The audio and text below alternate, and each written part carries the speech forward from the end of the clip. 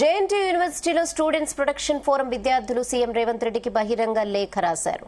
అన్ని private engineering కళాశాలల్లో పునః తనిఖీలు జరిపించాలని డిమాండ్ చేశారు.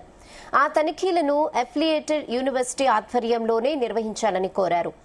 ఫీజు స్థిరీకరణకు సంబంధించిన ఈక్వేషన్స్ కమిటీ నివేదికలు ప్రజలందరికీ అందుబాటులో ఉండేలా పబ్లిక్ డొమైన్లో ఉంచాలని విజ్ఞప్తి చేశారు. Telangana admission fee regulatory committee గత 3 ఏళ్ల ఎఫ్ఎఫ్సి రిపోర్ట్స్ ను యూనివర్సిటీ నుండి సేకరించి ప్రస్తుతం సమర్పించిన డీటెయిల్స్ తో సరిపోల్చాలని కోరారు.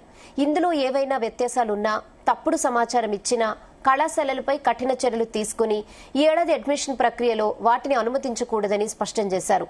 విద్యార్థుల భవిష్యత్తు కోసం సరైన డెసిషన్స్ తీసుకోవాలని సీఎం రేవంత్ రెడ్డిని కోరారు జేఎన్టీయూ స్టూడెంట్స్.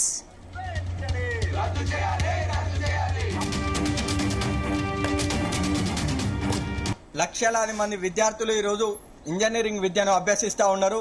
మరి అటువంటి పరిస్థితుల్లో ఇంజనీరింగ్ కళాశాల యాజమాన్యాలు ఈరోజు ధనార్జనే ధ్యేయంగా ఇంజనీరింగ్ కళాశాల ఫీజులను లక్షలు పెంచుకునే ప్రయత్నం చేస్తూ ఉన్నాయి. మరి ఇట్టి పరిస్థితుల లోపల తెలంగాణ రాష్ట్ర ముఖ్యమంత్రి వర్యులు గౌరవనీయులు శ్రీ యనుమల రేవంత్ రెడ్డి గారు ఎవరైతే ఉన్నారో ఇంజనీరింగ్ కళాశాల ఫీజుల వ్యవహారంలో చాలా కఠినంగా ఉండి ఈరోజు ఇంజనీరింగ్ కళాశాల ఫీజులను ఎట్టి పరిస్థితుల్లో పెంచేది లేదని చెప్పేసి నిన్న జరిగినటువంటి రివ్యూలో విద్యాశాఖకు సంబంధించిన రివ్యూలో తెలపడం జరిగింది. ఈ ఇంజనీరింగ్ కళాశాల ఫీజుల పెంపు వ్యవహారంలో రేవంత్ రెడ్డి గారి తీరును స్టూడెంట్ ప్రొటెక్షన్ ఫోరం స్వాగతిస్తుంది, హర్షం వ్యక్తం చేస్తూ ఉంది. ఎట్టి పరిస్థితుల్లో కూడా ఇంజనీరింగ్ కళాశాల ఫీజులను పెంచొద్దు. ఈరోజు పేద విద్యార్థులకు, బడుగు బలహీన వర్గాల విద్యార్థులకు ఈరోజు ఇంజనీరింగ్ విద్య అనేది ఒక అందని ద్రాక్షలాగా మారింది. కాబట్టి బడుగు బలహీన వర్గాల విద్యార్థులకు, గ్రామీణ ప్రాంతాల విద్యార్థులకు ఈరోజు ఇంజనీరింగ్ విద్య అందుబాటులో ఉంచే విధంగా సీఎం రేవంత్ రెడ్డి గారికి బహిరంగ లేఖ రాయడం జరిగింది. ఆ లేఖలో ముఖ్యంగా నిన్న ఏదైతే జరిగిన కమిటీ రివ్యూ మీటింగ్ లో నిన్న ఇంజనీరింగ్ కళాశాల ఫీజులను పెంచొద్దు అని చెప్పేసి సీఎం రేవంత్ రెడ్డి గారు చెప్పిన దాన్ని కరాఖండిగా చెప్పారు. దాన్ని స్వాగతిస్తా ఉన్నాం. ఎంతో మంది పేద విద్యార్థులు హర్షం వ్యక్తం చేస్తా ఉన్నారు. దాన్ని స్టూడెంట్ ప్రొటెక్షన్ ఫోరం స్వాగతిస్తా ఉంది.